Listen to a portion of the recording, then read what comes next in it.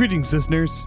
I am your host and game master this evening, Zach Barrett, and welcome to this Twisted Gear Studios production of Spacers, our Starfinder actual playcast. Last we left the crew, they had picked up a passenger from Purgatory. Upon having another meeting with Xovak, the crew try and piece together the puzzle they have and sort out some money situations as they go.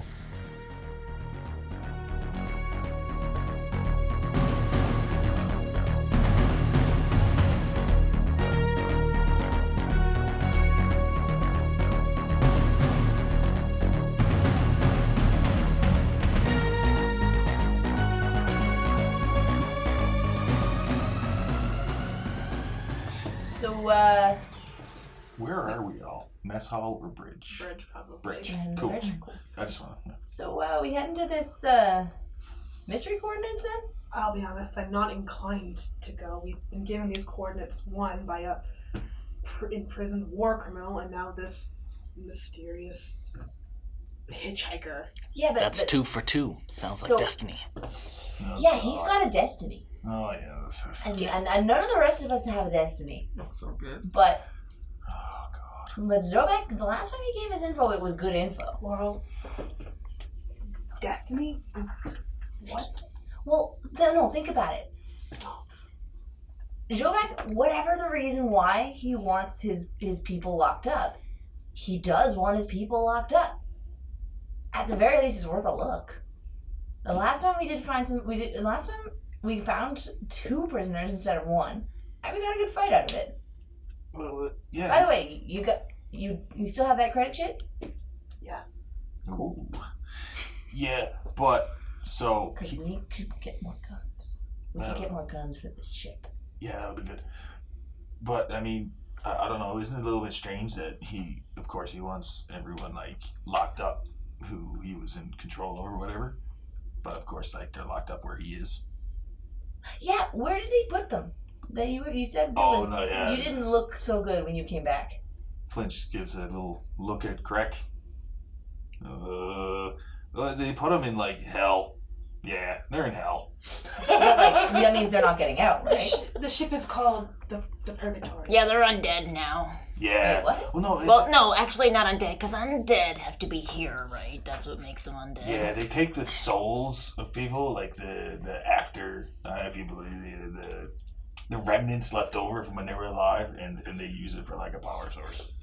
Creepy face dude called it an afterlife sentence. Yeah. They were screaming in our heads. It was not a good Actually, time. if we would have stayed much longer, I don't think I would have wanted to leave. My willpower isn't the greatest, and it did seem pretty nice near the end there. That's just wrong, dude. Yeah, I know. That's why I had to leave. The guy was the Crypt Keeper was pretty awesome, but, He was very gentle. Yeah, he was, right? Yeah. That's its own. I bet he gives the wrong. best hugs. Let's don't never wanna find talk out, about this though. again. Yeah, it's a really dark place, and you can see the souls of the dead. No. That's 20 No. credits from Greg. What?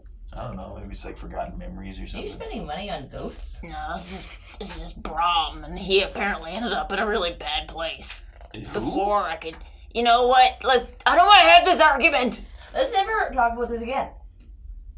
Cause no. Yeah, because that's always good when we just ignore things and don't talk about it. Yeah, I think so too. So we're going to these coordinates. Well, no, we need to go back to the trash heap. Right. Yeah, because that's where the buggy is. Yeah. So we'll take the people. Well, how far away is the coordinates? How far away is it? Do you guys want to use the computer? I'll go over to the computer. As soon as I say it, I walk over to the computer. When he goes over to the computer, he's going to see that Greg already put in the coordinates for the heap because he assumed that's where we were going and just didn't mention it to anybody because they seemed really busy talking about it. Yeah. Well, you just want to scope out this. I want to see how far away. Roll a computer's check. The heap is or the coordinates? I'm going to check both, but I'm going to Okay. start with the heap, I guess.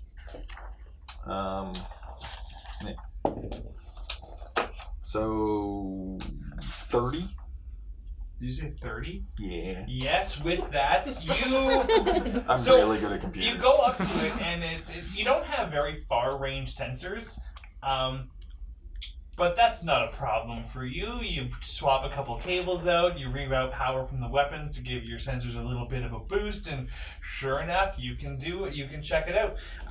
Who's got the ship sheet with them? I do. So you want to go to these coordinates that have been given to us by a criminal and a complete stranger. Absolutely. I want to pick up Clippy first. Clippy's cool. You'll like Clippy. Who's this Clippy person? Oh, it's our friend Clipdick. He's like a bug. Assuring folk? Yeah. Nice. Let's maybe talk about what we understand. What is at this location? Is this... Well, Xovak said something about doing math. Yes, he wanted us to calculate the distance between this location and Epsilon Station, I believe. As well as the Epsilon Station from a point that has to do with Trien. I believe that's what he said. Yeah, he's got some kind of hang up with gods. Do you care much about gods? As far as they can carry me. Cool. That a destiny thing? Absolutely. Okay. Are you a follower of Trien? No. Triune is a new god. I'm more of a cosmic balance kind of person, and Ibra follows that for me. All right, so to finish off the check, while you guys are having this conversation, Flinch is meanwhile underneath the console, just pulling out wires and replugging things in and making adjustments and not cleaning up after himself. And when you sit back to the console there, Flinch, you do some calculations, and with drift travel and your current engines as they are, it'll take you 16 days to travel from here to there. Now, depending on how... If you go back to the heap and try recalculating, it might be more, it might be less. But because drift is this weird interdimensional space, and this at your present distance and where you are, if you drifted now, it takes 16 days to get there. Maybe way more if you go back to the station. That's hard to, or back to the heap. It's hard to tell. With that high roll, you are able to get a little bit more information from it as well. The planet itself does in fact have a corrosive atmosphere. Well, first off, there definitely is a planet at those coordinates. Yeah. Is this the same coordinates of the solar system that we found in the... Or a different thing? No, it is. So if you were to look at a head-on, like a head-down photo of the galaxy, I'm just going to use these generic terms to kind of explain distance for visual sake. Where you had gone and fought on the Bermuda was galactic north. Okay. Where these coordinates are more galactic west. Yeah. A complete quarter of a galaxy away. Sorry, the solar system that we found in the star charts that we found. Yeah, no, exactly. That's the same location as this planet, or the different? No. It's a quarter. So the vast hasn't. So the vast itself has not actually reached the entirety of the galaxy. So it's it's kind of a misrepresentation. Mm-hmm. But it is in a complete 90-degree opposite direction, like a 90-degree direction away from it, in spatially speaking. Okay, so they're And not then the same and then relative to those two, where were the coordinates? So the Bermuda is in one place, about approximately 90-degree direction away is these coordinates that we just got, and then relative to those two, where is the star system being eaten by a black hole that we found in the star charts on the Bermuda? If you're looking at that same picture again, it's... Sorry, I misspoke slightly. So the Bermuda, a little bit more galactic north of the Bermuda is where that system was. Okay, so different place.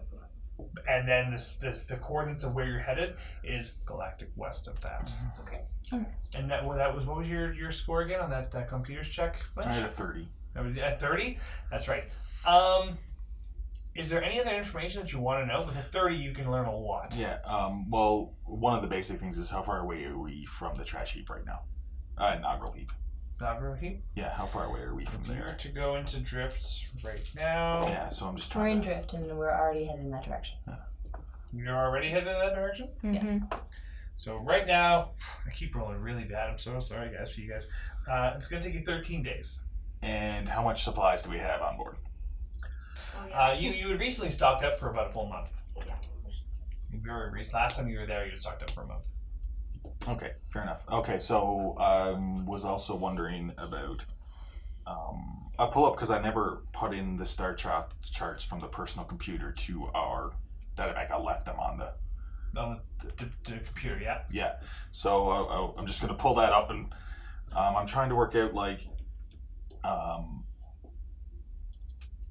the distance from the packed worlds, because that's exactly what he said. So the distance from the packed worlds to These coordinates. the Roll me another computer's check, but because of the 30 from before and you've already got the thing up, I'll lower the DC. So I rolled an 11, so 24. Flowers. I'm really good at computers. As the conversation is happening behind you, Flinch, and you're going through this, and you can take your reaction to this information as you will, but the coordinates of the empty blank part of space that they filled in with this weird, not there but there solar system is equidistant in this direction of where this system that you have the coordinates for this corrosive planet are. From the pack worlds? From the pack worlds. About the same distance away from the pack worlds. So, yeah, but in a different direction, but the same distance away. That's strange. What? So does that make a triangle? It would make a triangle, yeah. Okay. Yeah. Well, So what do you think? Flinch is over there. Doesn't each other? Yeah, so the idea is that with the calculations that Flinch just did, to travel from the pack worlds to the solar system that they found that's in the pads that you got from those two guys, it's the same distance traveled as to get from the pack worlds to the corrosive planet coordinates that you were just given from Xovak, and that's that Zal was given. Yeah. So Flinch is over there at the station. He just that's weird. What? Oh, just math stuff. It's like space. How big is space? Man, it's big. And how often would things be like the exact same distance apart from each other? It's just really strange. It depends how much you believe in destiny.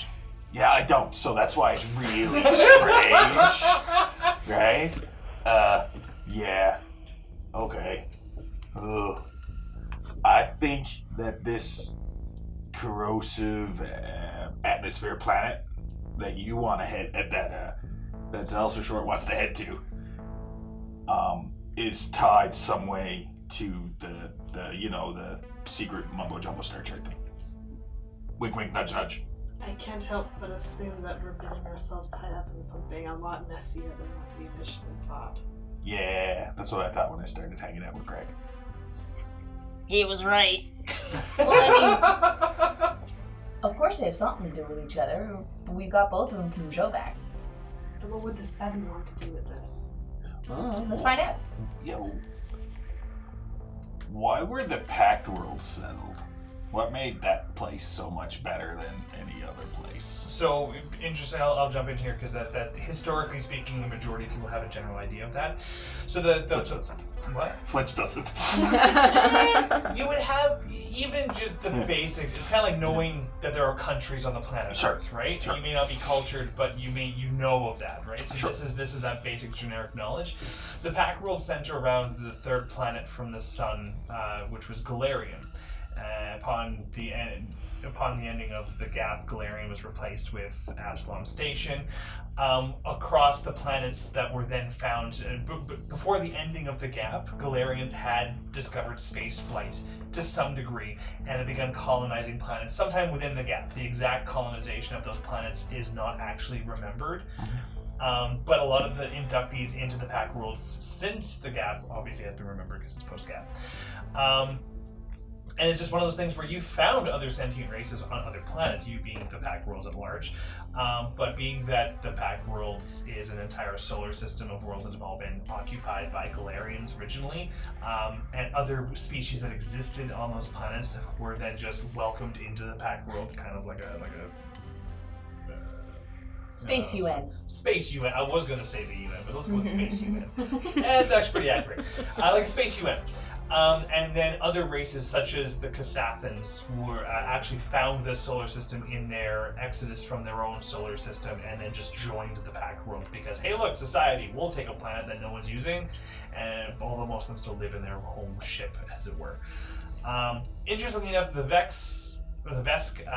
Veskarium is a part of the Pack Worlds, but they are a completely different solar system. The Veskarium were an imperial conquestors that went out, and they have a bunch of races that they conquered that vicariously, because of this agreement, have also joined the Pack Worlds. So it's...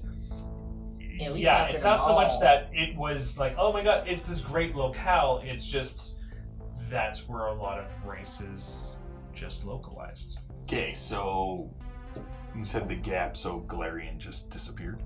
No, before the gap existed, Galarian was there. When the gap ended and people suddenly remember things, Galarian was gone, replaced with Absalom Station. Oh, okay.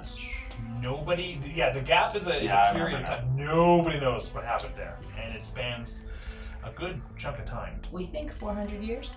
About 400 years is the assumption. Okay, so so nobody knows what happened during the gap, right? Yes. What? Why are we talking about this? No, I mean, isn't it weird? Like, so the gap happened, and then Galarian was replaced with Absalom, right? Yeah. Mm-hmm. Right. So that's like, who knows what happened, right? And now we're looking at secret mumbo-jumbo space charts where something might have appeared out of nowhere, right? So? Yeah, but that's just the reverse of something just disappearing, right? Like, maybe it's the same kind of... Maybe there's another gap coming. Dude, you think way too big. Yeah, I know. That's what happens when you have a towering intellect. What? Oh my god. Let's focus on what we need. Okay, so basically it just boils down to, like you said, we voted on being a democracy, which I is don't weird. remember that actually vote taking place, but whatever. I vote for the new planet. Yeah. Clearly, there's a interest in going here. The least we could do is let the captain know where we're going. Yeah, but we should probably head to the inaugural heat trash can place first. First? Well, because Buggy, Alright. we want to get Buggy. Nice closer. Game plan, then. We will go to the heap, restock, reorganize ourselves. Then we will plan further ahead and potentially go to these coordinates. That's a good idea because we're already heading there. Great. Okay, is that... I mean, you don't really have a choice. Satisfactory for now. Great. We should let the captain know that we're going to be 2 weeks. I wouldn't even say that, even though that was going to take. Yeah, it's going to take around 13 days, so 2 weeks. I was really good at guessing, I don't know. Yeah, no, it's fine, it's fine. Alright, so you guys head on. Is there anything you'd like to do over the course of the next 13 days? I would like to call up the captain, let her know what has happened. Alright, so you call her up in the midst of the drifts. She responds. She seems to be in the middle of having repaired something. Gets up. I hope this is good news. It's news, neither good nor bad. Really. Alright, fair enough. We're on our way back to the heap, but it'll probably take us the better part of 2 weeks to get there. Drift travel. That's unfortunate. We also picked up a hitchhiker. Oh? Are you in the room right now? No, I would not be. Rich. Is anyone else in the room with you right I now don't when you know. call her up? Or like you make sure we aren't or are? I or mean, do I you probably care? would have waited until you guys left, but I don't think I would have actively I'm sure you guys can walk in at any time, but I'd play alone, I guess. I honestly was going to say that Greg was there, but he's got the space equivalent of a Walkman on that he's been listening to for an hour. God, what do goblins listen to for music? It's a very good Actually, question. I have the answer to that question. It's fine. I'll play it for you later. Okay, so it's just you listen to music, but not me. Okay. He's a Kasatha gentleman from the Starfinder Association. Oh, you have a Starfinder? I was out. Democracy got the best of me in this situation. Did you at least frisk him for some money? We definitely harassed him for funds, but it's yet to be decided, to be honest. Alright. There wasn't a lot of I didn't really have control over the situation.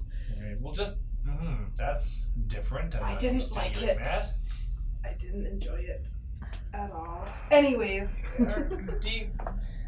Is this arrangement not working out?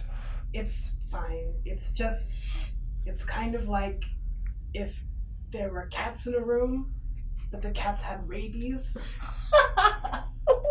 And they also only had memories that lasted a grand total of 3 seconds between all of them. I mean, I'm used to most of those things. Maybe not the rabies part, but yeah, I'm kind of familiar with a bit of that. And then, very gentle in the background, you can kind of like hear Greg singing a bit.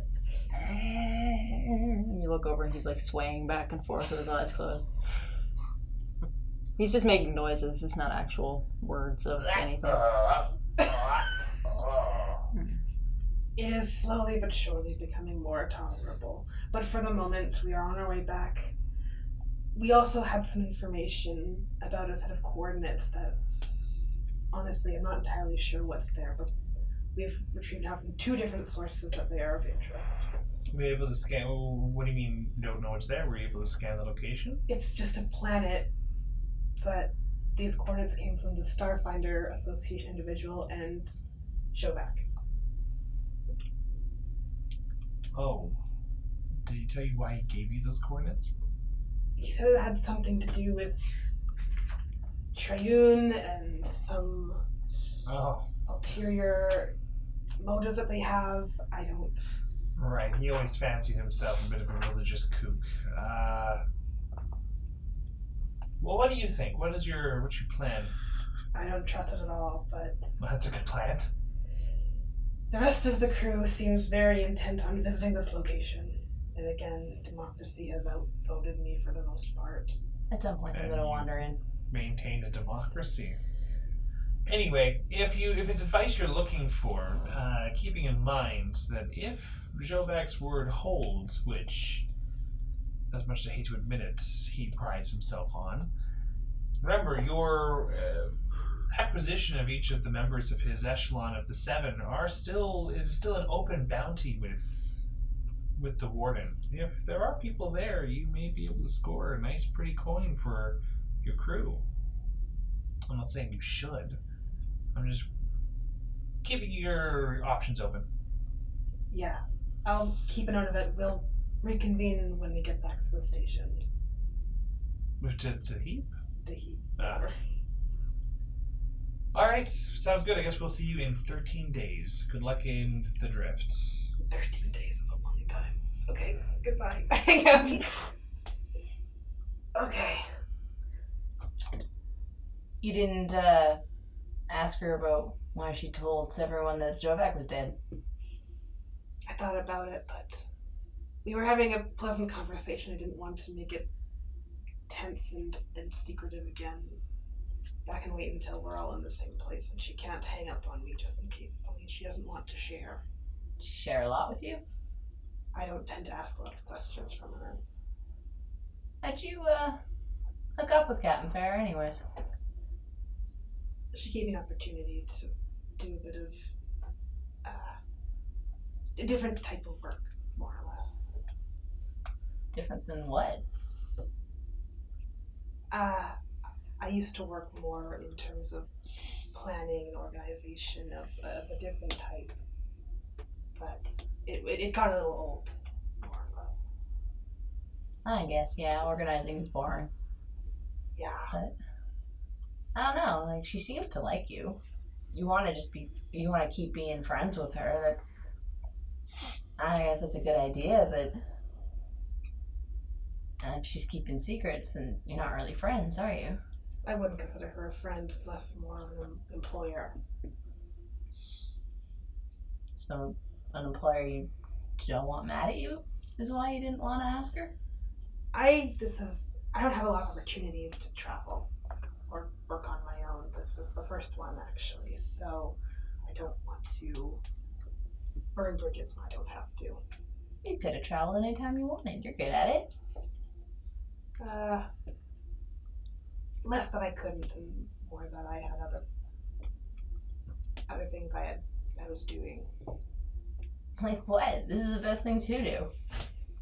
Do you travel a lot? Yeah, that's what I do. I hire up on a ship, go somewhere, shoot some stuff, go somewhere else. So you're a soldier, but you don't fight for anyone specifically? Like who? Who's there to fight for? You fight for I fight for myself. It's a very interesting way of looking at it. I mean, there's the Viscarium Empire, because, I mean, of course there is. Man, they have so many rules. If you fight for yourself, you only follow your own rules. I mean, you've got to follow your employer sometimes, but then you just find a new one if you don't like it. Outcasts don't have a lot of experience jumping ship, as you say. That's why they call me that. Guess it makes sense. Greg's now dancing in the background while this conversation is taking Flinch place. walks on in too.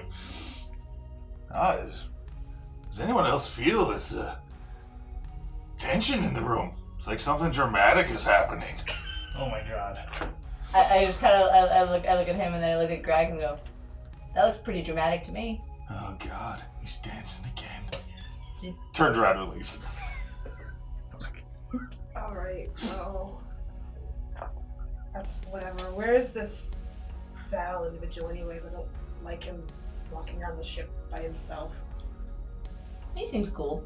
Let's see if I can find him. So Zal, wandering the ship. Haven't been wandering. I just stayed right at the bay of where I entered the ship, just sitting down. Just the whole time? Yep. For like hours? From the parts of the ship that you have seen, Yeah. one thing of remarkable note is that there is nothing of remarkable note on this ship. It's very Excuse empty. me. It's a bland. It's bland. Except for its rather We haven't decorated. remarkable crew. There's nothing in this place. The most things you've seen in terms of objects are crumpled up cardboard boxes and dirty rags. And cards. That's only if you went to the mess hall, which Oh, you did right, not. right. No. There's just cardboard and rags everywhere. Yeah, we got paid. We should stop somewhere and pick up some stuff. This money isn't going anywhere until you return it to the inaugural heap where it belongs because somebody crashed into a ship which cost a large sum of money. The entertainment center. Chairs. You should have thought about that before you had crashed into and now you're just talking to Greg. I get some of this Can't money. hear anything. I can spend some of this money on an entertainment center. Then I get to control the remote, of course, but entertainment center. Why would you control it? This was a democracy. It's a Well, question. because I'm gonna buy Hang it. on a second. Yeah, question, Greg? Since Diantha, do you still have that money on you? Yeah, I do still have it. I'm probably gonna roll really badly, but while Greg is dancing, It is very like I know who's on my ship. It's a goblin. Someone is very secure on my person. Just saying. How is it just in a pocket? No, I probably have like well, I guess it'd be a pocket, but it'd be like up like on Okay, my jacket, so, like I get it. Roll a so handshake. so as part of jet dash feat, I just like to point out that if jumping is part of my dancing, I can jump pretty high. You still have to roll a slate of handshake. All right. And keep in mind, however high you jump, the bridge has a ceiling. That's I true. was going to say, It's there true. eventually is a cease and desist to Okay. your vertical vector. Is this So I rolled a 2 on the dice, but I do have a plus 12 to sleight of hand. Is this something So I'm rolling 14. again? So, Greg, in your... Probably perception. You kind of do the baby Groot, where like you start off slow, and your dancing just gets more vigorous, but one eye is always open, staring at Diantha, and you go, you know what? Yeah! And you jump into the air, expecting a 15-foot arc to your backflip somersault, until you realize that there isn't 15 feet of height in the bridge. I'm only 3, like. And Diantha, all you hear is... And you look back, and Greg is plastered onto the ceiling as his face peels off, and he boom, back onto the floor with a grumble. You okay, Greenie? No. Okay. What were you trying to accomplish? You know, at the time, I feel like something, but. Don't know anymore. Okay. Great. And he just pulls a piece of baguette out of his Can I- pocket and puts it in his mouth. Can I roll a sense motive to see what Greg was trying to do? Yes, but I want Greg to roll a bluff check. Okay.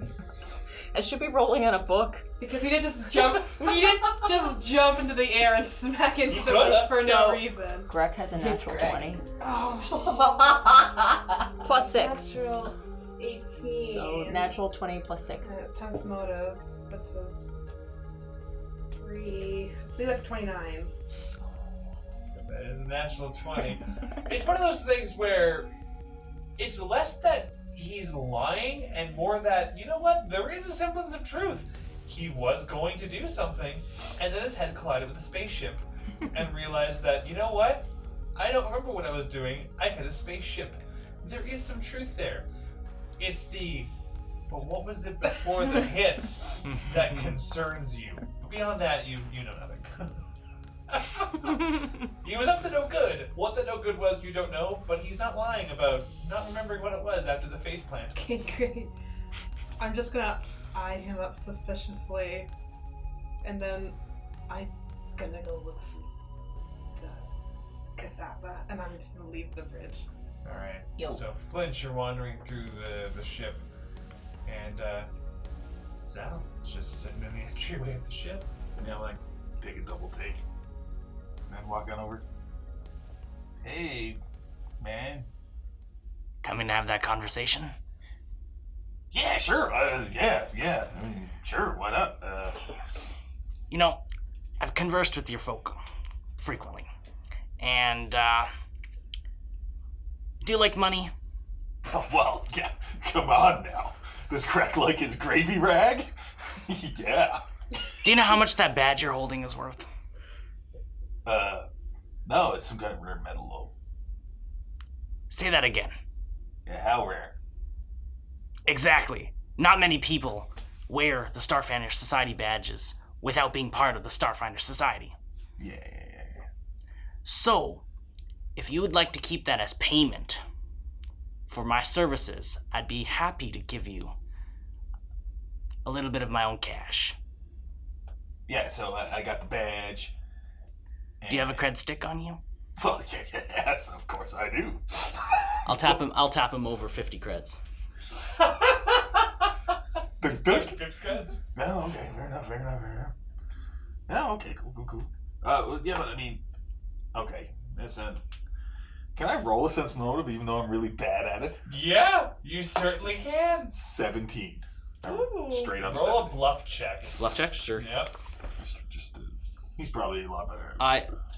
Okay. That's only plus 4, so let's try. 16 total. He hands you the 50, and then you kind of look him up and down and look at how regal his clothing is and realize 50 credits?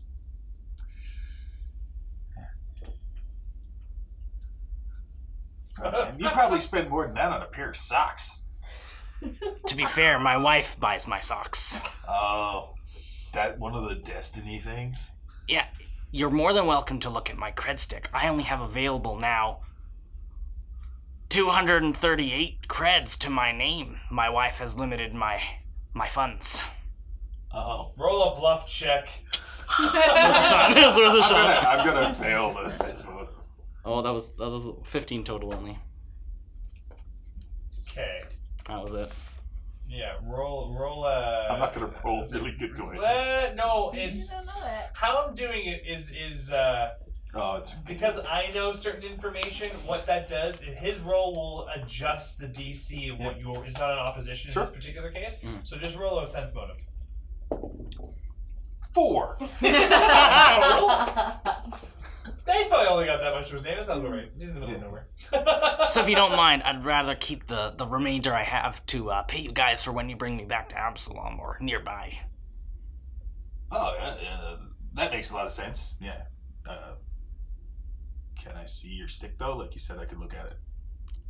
He'll show it, but at a distance. It's a looky, no touchy.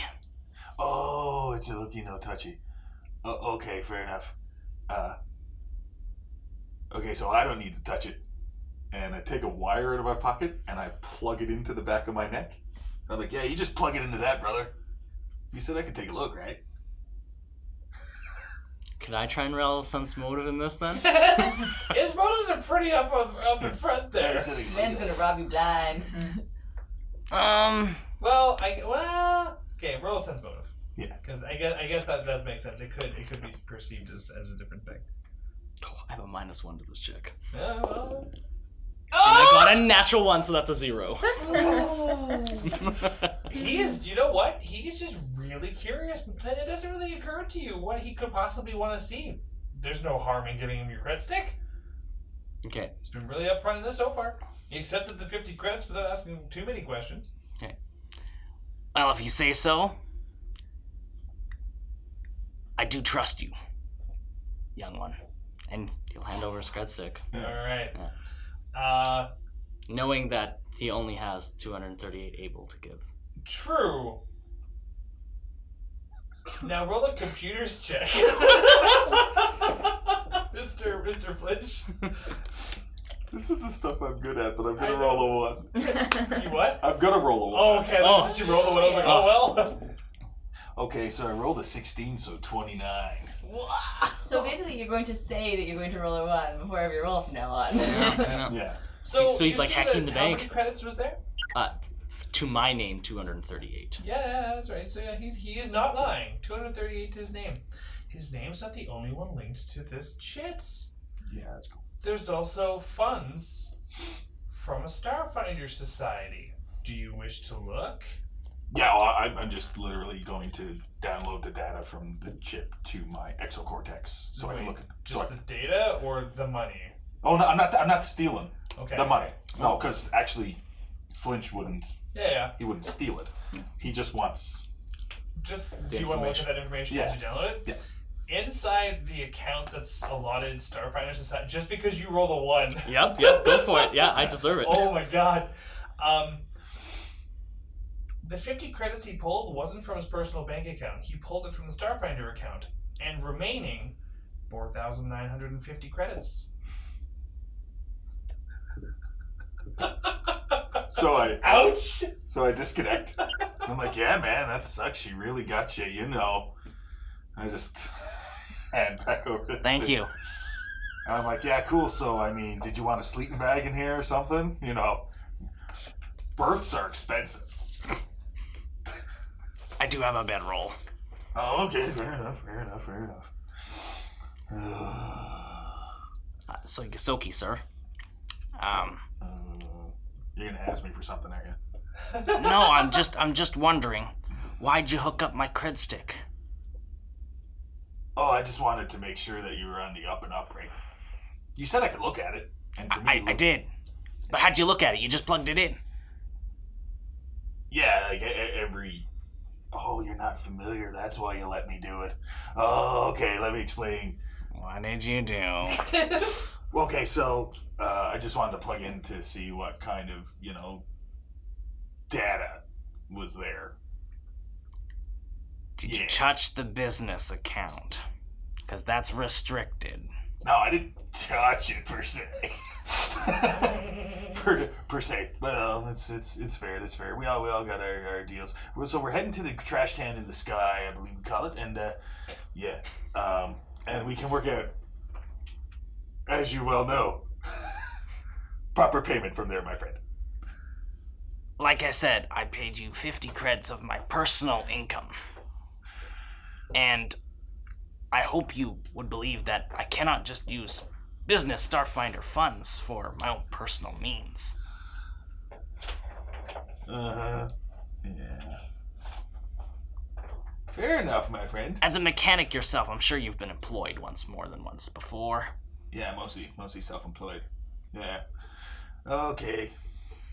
Yeah, fair enough. Yeah, you wouldn't be able to really double dip that way. You wouldn't want to use your business account for anything unsavory like, proper transport and, stuff like that. Yeah. We are Starfinder Society. I haven't found anything. So I can't exactly spend money on things I haven't found. I love it.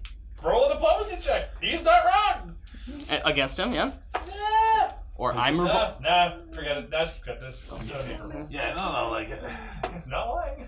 I understand, man, but I mean, okay, just between me and you, before anyone else shows up.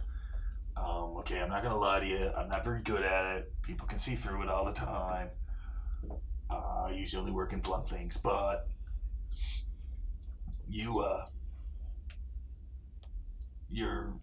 what is the business fund for?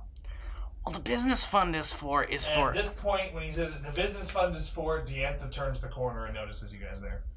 Oh, hey, you. And I like, obviously, wink, wink. Little shoulder. Hey, Here's hey, his left eye. hey. Oh, what's up? What are you doing? We're talking about resources. Yeah. It sounds like a great conversation to have with everybody on board, no? You seem to be lacking resources on this ship. In terms of, we have enough food, I don't under... What are you talking about, resources? What kind of stock do you have besides food We have and fuel? food, fuel, water, the necessary repairs completed. Do you have medical facilities? I think so. Maybe. On this ship? No, I don't think so. No. I would No. consider that a lack of resource then. Yeah, I mean, it would be great if we received an influx of money and stuff so that we could buy the proper stuff we need for the ship for sure. Our healing center is basically the escape pods. Sort of. Yeah. It's more like a last chance But resort. we should probably get Zels for short.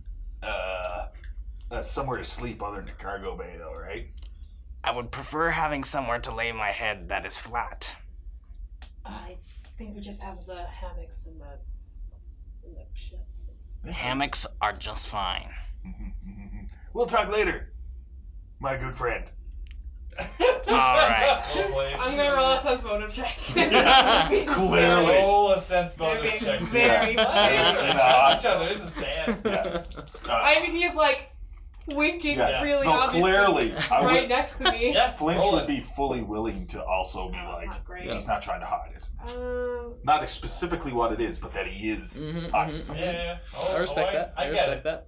17. Yeah, that's more than enough. Yeah. No, there's something up, and Flinch is willing to talk to you about it. He's not willing? Willing to. Oh, he is? Okay. Not willing? No, I'm not hiding. Like that. There's something secret. Yeah. He might be willing to divulge Fair what enough. that is, but yeah. But, yeah. There's something fishy. Okay. Someone a little more qualified. Diantha, can you tell me a little bit more about this trash place you're going to? It's not called the trash place. I don't know. According to your Yosoki comrade, it You is. should never listen to anything he says in regards to names. No, it's called What? Inaugural Heap. It's Yeah, that's it. you lived there for like 2 weeks. Yeah. Anyway, Yeah. The grates and the connections that you can crawl in and find good places to sleep all over the ship is just phenomenal. it's a more or less a freelance ship that works in resources and trades, and Do you find things? we find things if they're necessary. Do you find stars? We don't. Oh my god. No, we don't. Do you find planets? That's not really. We don't look for. We come across stuff all the time, though. We're great explorers, aren't we? I'm trying to be professional, but I cross my arms and wait. it's gonna taste like ash in my mouth. Diantha. It's the first time that Flinch has ever said her name right. It's true. It's true. It sounds like you're not part of the Starfinder Society then. Diantha. I never. Shade. The shade. I never implied we were. I am now. I'm an honorary member. That Point at the badge. it's no, we aren't. We're. Seems like your Yosoki friend seems to be establishing some sort of authority. Is that alright with you? What? No, God, I got no authority. I don't even. Do I? No. Oh, I mean, damn it. Absolutely. Almost. I was almost important. Very, very nearly. Yeah. No, I don't. How long till we reach this inaugural heap of yours? I believe it's probably 13 days still. We haven't really passed time that way. Yeah, I'd say that this conversation can happen a couple of days in, Mhm. for instance. He's already been sleeping in the hangar for a couple of days. Yeah. This is awesome. Just like peacefully laying there. It's been a week and a half. That hammock would be kind of nice. Where? If you just not be sleeping in the. I have a bedroll in your wonderful entryway here. Yeah, I guess nobody of authority told him where he could sleep. It's called manners. Oh my god. Look. Even Flinch is like, ooh. I don't appreciate you coming onto the ship and implying that we are running things poorly or that the Starfinder Association is in any way superior to what we are doing here. That is completely your assumption. I vaguely just said that I'm sleeping in your hangar. Which is true. That's been your choice. Thank you for giving me the option. Perhaps you could remain there if this is how you decide to treat the people who have taken you from that purgatory and have graciously offered you a ride. I thank you for the ride. And I will graciously lay here. On my bedroll. Fantastic. I'm gonna stand up and I'm gonna leave.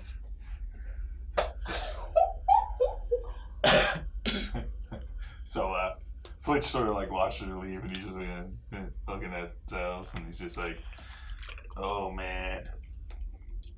I mean, trust it from me, man. I'm usually on her bad side, but I don't think she likes you very much.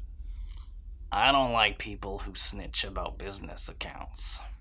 I didn't tell her it was a business account. Is there something wrong with your eye? No. No. Busted. Because I believe you gave a very, very purposeful look about what we were talking about. Well, not what we were talking about, but that we were talking about something. Yeah. Something not to be shared. Oh, so it's secret. It's a secret. I believe that's why I paid you 50 credits of my personal income. Oh, God, man. Your personal income. Okay, fair enough. Which, by the way, if you don't find things in the Starfinder Society, you don't get paid. You don't get paid. Oh, man. Oh. And so this debate goes on for another 11 days. Yeah. Yeah. Until they're both blue in the face and have had very little sleep over the course of this debate. I will say that Diantha has refused to talk to Zal the rest of the trip. Fantastic. After what is perhaps the longest 13 days in Starfinder history, you finally arrive at the inaugural keys, dropping out adrift, and you go and you dock into the quad bay that you were so fond of, Diantha, and see that repairs are well underway for the strut that was nearly destroyed by Greg's lovely exit out of the quad bay last you left the station, or left the mothership. It's not my What do you fault wish that they to put it in the way. I'm going before we even Put the wall there. step off the ship. I'm going to look at Greg. I'm going to gesture to the ships that are being repaired, and I'm just going to say, "This will stay like this for the remainder of your stay on the inaugural heap. Understood?" Don't you want them to finish the job? Greg,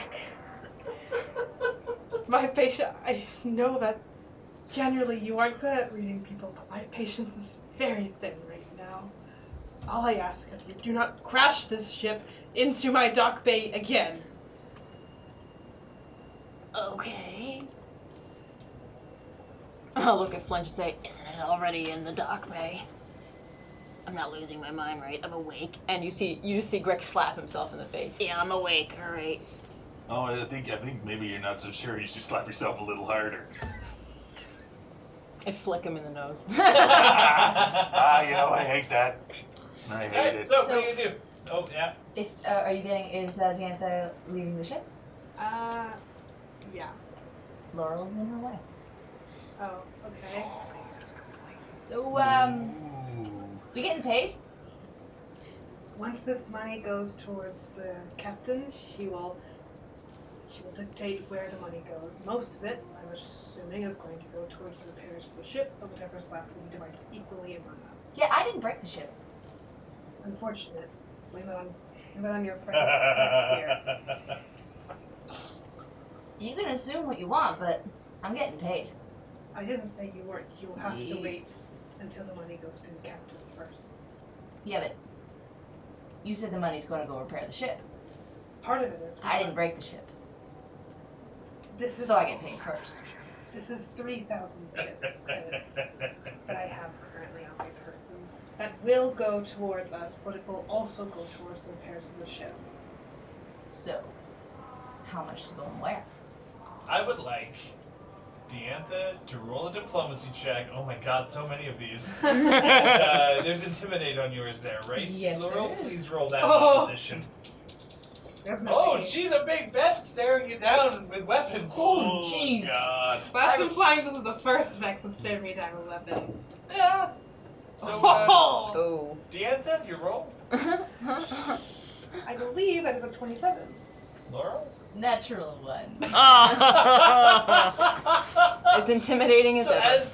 as this happens, you watch and she's staring you down, and as you're about to think of your next point, Diantha, it must be a really old gun belt. Or whatever. But whatever's holding her tools and her weapons that she's threatening snaps, and all of her weapons fall to the floor, and she kind of fumbles to try and pick them back up again.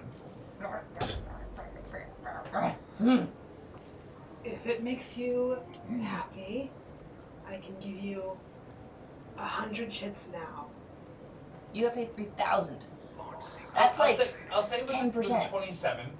You can take this idea as you will. As it's a diplomacy check, and it's high enough to obviously be a natural one. The additional bonus for such a high check will give you is that an idea could be that you could just convince Laurel to talk to the captain, and then you just don't have to deal with it. Yeah. Look, this isn't my job. If you have a problem with the way we do things, talk to the captain. This shit is going to her first. You can accompany me if you would like. Okay. Alright, the two of you head on up to the bridge, disgruntled, unlikely to thumbs say a crooked. word to each other the entire time, as the entire time, her gun belt is back on, but Laurel's hands have not left the belt buckle. I've tried to tie it in a knot, but I don't know if that We'll works. slate a hand check for my amusement, please. Sweet. That is. Can I add that even though it's trained only, or is it just straight Nope. the? That we Straight die roll. Then it's a 12. Okay, so while in the elevator heading to the bridge, you see that out of the corner of your eye, Diantha, that Laurel is trying to tie her belt together, and every time you look, Laurel stops as if she's not doing it, Oh, fuck. and then keeps trying to repair the belt, but it's not happening. Till finally, bing! The elevator doors open. You are within the, again, as usual, rather busy bridge command center of the inaugural heap. Before we go out, I'll be like, for God's sake, and I'll tie the belt myself for her. Roll a, do you have like a arts or a profession check or crafting? No, I don't think so. Yeah, roll a d20. 14. It'll stay, but it's not a permanent fix. Okay. Okay. Alright, you go on down. There's the captain having just checked over something on the hollow table. Ah, you're back. How was your time and trip? Miserable. I'll just put the shit down on the desk. Fantastic. Yes, Laurel? We getting paid? Well, of course. There's the arrangement, of course, that some of this pay goes to us and it's divided up to you guys, as well as some of the damage that your ship caused. Yeah. About that. I didn't fly the ship. Now I want you to roll a diplomacy check.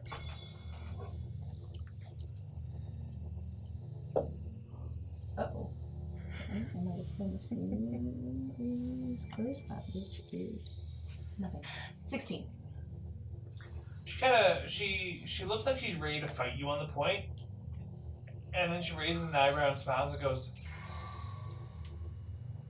"Fair point. Perhaps we can make an arrangement here." She goes to the intercom. "Will Greg please come to the command bay?" Like in Cosmic Principal's And she office. and so all you hear, Greg, whatever you're doing with your gravy rags or whatever on the ship, all you hear is this booming, echoing, commanding voice. "Will Greg please come to the command bay?" This is sure to be fun. And I'll just hop down from wherever and I'll make my way to command bay. Okay. So you hop on in, and you see Diantha Laurel, who's tapping her foot in frustration, and the Captain Argus is there. "Greg, would you like to have a seat? I want to talk to you about an idea." He gets a little squinty-eyed for a moment, and then he makes his way up to the tallest seat he can find, and he crawls his way up and sits down on it. Fair enough. "Greg, it is my understanding that you crashed a ship upon exiting the quad bay on your last exit. Is that true?" Doesn't usually crashing a ship mean you can't use it anymore? Not always. He's just blinking and looking at her. But you did damage my quad bay so that it is unable to function until repairs are complete. That particular door. I would say that a crash destroying one or the other is sufficient enough, wouldn't you? It's just a door. Damn, I have to take a deep breath. Fair enough. Will someone get her a pill of some I'd like to kind? offer an idea to you, Greg. Now, typically speaking, that we do take a significant portion of pay from each paycheck that comes in and money that comes through the crews of the Heat to kind of help pay for all of the essential services that we provide for you, and then the rest goes to yourselves as payment to divvy up amongst yourselves. As it was your ship that damaged the quad bay, one would expect the easiest solution would be for me to just take the 1,500 credits that I need for the repairs from the amount that you just brought me. But Laurel has brought up a good point, that it was not her that damaged the ship, it was you. So, I want to see how you feel this arrangement is. What if we were to set up a plan where through several installments, you help me pay to repair the quad bay? Does that seem fair to you? Let's put it this way. Instead of paying No, but I feel like I don't credits, have you an would pay option 100 now. And then like another 100. And another 100. And another 100. Unless you want to change the amount up. And I get like tethered to this trash can in the sky for like forever. Or you can talk to Laurel about giving up 1,500 credits. Fine, you have a deal. And I'll hop down off the chair and make my way out. And you just hear him mumbling to himself. It's not like I don't have any other way to get money anyway. Phenomenal. Alright, we'll take a certain portion as was agreed. Here's the 2,200 credits to divvy amongst your own crew. And for the sake of trust, she transfers the coin over, hands it over to Laurel, not Diantha. Does this suffice? Seems good to me. And keeping in mind that the first 100 that goes to Greg will, or this includes the 100 that will go, that we've taken in addition for Greg's contribution to the repairs. You may divvy that up as you see fit, and because it was the case of a natural one. It wasn't that it was like a physical choice. We could still divvy up the money like it normally would. We're just treating the expenditures that come from the actual agreement to go from there. So it's 2,200 spread out across the 5 of you or 4 of you, however you wish to share that with Cliptic. Sounds good. I'll do math on that. Divide. Zala is just sitting in the hangar still Oh yeah. during this whole Are time. we Yeah. dividing it amongst 5? We're not going to leave. Yeah, we'll Cliptic have here. So it's 440. Do we have a ship fund, or are we considering that as for part of the inaugural heap? Because I figured it would be. Or No, our ship fund is separate. Well, yeah, because that's what we're paying for is they're stocking their supply. yeah, okay. Yeah. So do we have? So So just keep in mind. So yeah, the considerations that the pay that comes off of some of the stuff is that you have the basic necessities when you come here. You get unlimited food. If you are convincing them, you can even use the inaugural hips more powerful drift drive to take you places. Like you have superior resources at your disposal that are otherwise unavailable to you. Okay. The other expenditures that if you wish to manage the money yourselves to increase your own ship, you can improve your own drift drive or weapons or things like that. But otherwise, on the heap, you can choose to operate and function completely on the heap. And those gargantuan class weapons and resources are available to you. So do we want to say, or like, had we previously decided how we were dividing up the So ship we're doing fund? half and half. Like half ship Yeah, fund, so half ship fund. 50% goes towards the So ship fund. So actually, it would be 20. Oops. So 1,100. 220. Yeah. Everybody gets 220 except Sal. He's hitchhiking.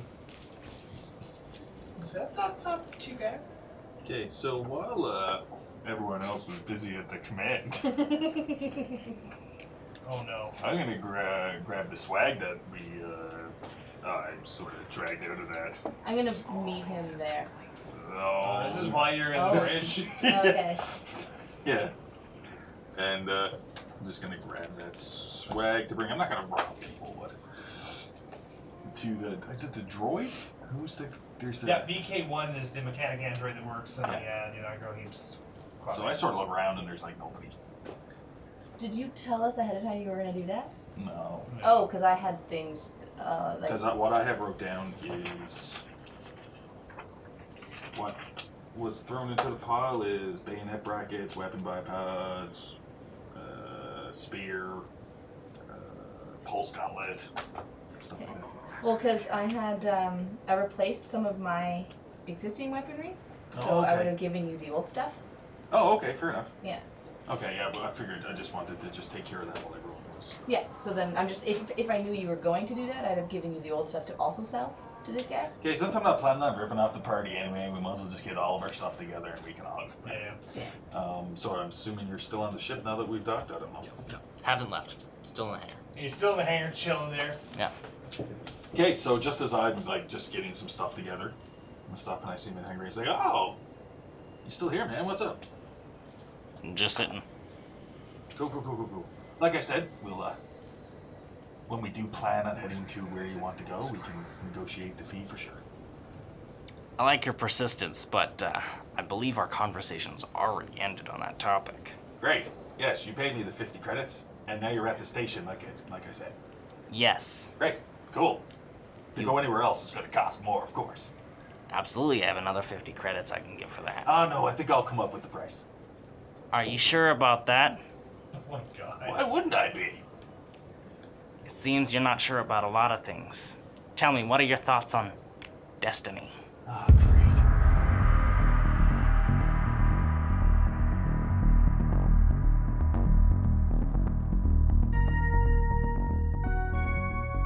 Thank you for listening to the Twisted Gear Studios production. The next episode of Spacers will air Tuesday, July 23rd. Until then, Tuesday, July 16th is the next episode of The Call, our Call of Cthulhu actual playcast GM'd by Derek Snow. The game system used today was the Starfinder game system by Paizo. Music, sound effects, and ambient tracks in this episode was licensed through Video Copilot, Triune Films, and Sirenscape. You can find all of Twisted Gears' podcasts on YouTube, Google Play, Apple Music, and Spotify. Please like and follow the Twisted Gear Studios Facebook page, and follow us on Twitter and Instagram at The Twisted Gear. Your players this evening were Janissa Coles, Lindsay Delansky, Derek Snow, Elizabeth Wells, Bailey Yarkey, and Malaz Nashmi Beauchamp. Your audio operator tonight was Rob Hickey, and I was your host and GM, Zach Barrett. If you happen to be in the Fort McMurray area, you can find me at Tavern on Main every Monday at 7:30 p.m. for trivia. Have a good night, everyone, and we'll see you next time.